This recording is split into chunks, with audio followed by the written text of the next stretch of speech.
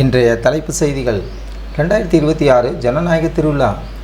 இன்று ஏப்ரல் 23, 2026 தமிழகத்தின் தலையெழுத்தை நிர்ணயிக்கும் மிக முக்கியமான நாள். தமிழகம் முழுவதும் 234 தொகுதிகளிலும் சட்டமன்ற தேர்தலுக்கான வாக்குப்பதிவு இன்று காலை 7 மணிக்கு தொடங்கி விறுவிறுப்பாக நடைபெற்று வருகிறது. விடிய காலையிலே தொடங்கிய ஜனநாயக கடமை. சென்னை திருவான்மியூர் முதல் ஆளாக வந்து வாக்களித்தார் நடிகர் அஜித்குமார். நமது வாக்கு நமது உரிமை. வாக்காளர்களுக்கு தமிழக வெற்றிக்கழக தலைவர் விஜய் விடுத்துள்ள முக்கிய வேண்டுகோள். சொந்த ஊர் செல்ல பேருந்துகள் பற்றாக்குறை. போக்குவரத்து துறை செயலாளருக்கு ஆதவ் அர்ஜுனா விடுத்துள்ள அவசர கோரிக்கை. 2021 முறியடிக்குமா 2026? நேரடி நிலவரங்கள் மற்றும் வாக்குப்பதிவு சதவீத ஒப்பீடுகள். நடிகர் அஜித் வருகை மற்றும் தொடக்க நிலை நிலவரம். தமிழகமே அவளோடு எதிர்பார்த்த இந்த திருவிழாவில் திரையுலகினர் மற்றும் பொதுமக்கள் அதிகாலையிலே ஆர்வத்துடன் பங்கேற்று வருகின்றனர்.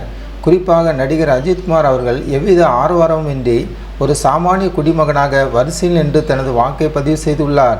திருவான்மியூர் வாக்குச்சாவடிக்கு அதிகாலை 6:45 மணிக்கே வந்தடைந்த அஜித் சரியாக 7 மணிக்கு தனது முதல் வாக்கை செலுத்தினார். அதன் பிறகு செய்தியாளர்களிடம் பேசிய அவர் அனைவரும் தவறாமல் வாக்களிக்க வேண்டும் என்பதை தனது விரல் மை மூலம் உணர்த்தினார். அவரை தொடர்ந்து பல்வேறு அரசியல் கட்சி தலைவர்களும் தங்கள் பகுதியில் வரிசையில் நின்று வாக்களித்து வருகின்றனர். தளபதி விஜயின் வேண்டுகோள் மற்றும் விழிப்புணர்வு. இதேபோல் இளைஞர்களின் எழுச்சியாக பார்க்கப்படும் நடிகர் மற்றும் தமிழக வெற்றிக்கழக தலைவர் விஜய் அவர்கள் வாக்காளர்களுக்கு ஒரு முக்கியமான கோரிக்கை விடுத்துள்ளார்.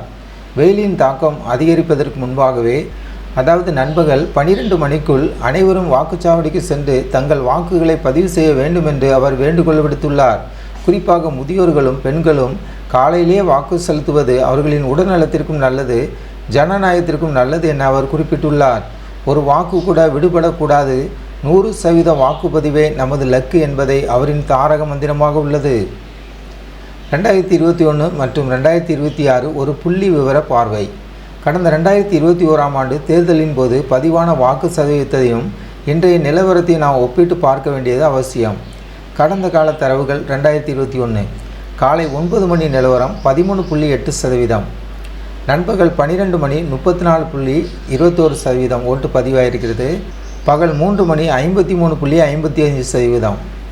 இறுதி நிலவரம் 73.63% ஓட்டு பதிவாயிருக்கிறத பார்க்குறோம் 2021.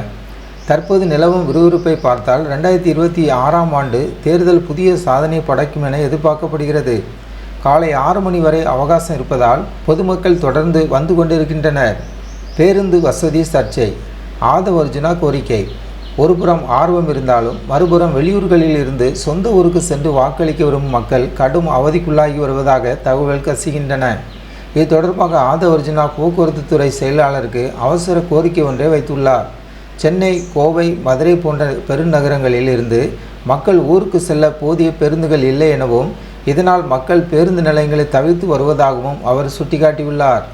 அரசியல் தலையீடுகளின்றி போர்க்கால அடிப்படையில் கூடுதல் பேருந்துகளை இயக்க வேண்டும் என்பதே சமூக ஆர்வலரின் கோரிக்கையாக உள்ளது.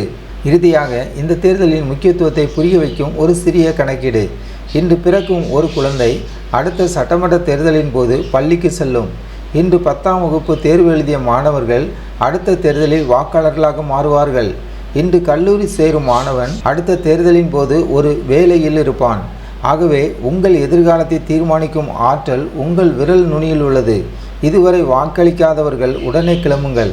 உங்கள் ஜனநாயக கடமையை ஆற்றுங்கள். அடுத்தடுத்த தேர்தல் அப்டேட்டுகளை உடனுக்குடன் தெரிந்து கொள்ள நமது ஜனநாயக டிவி சேனலை சப்ஸ்கிரைப் செய்யுங்கள்.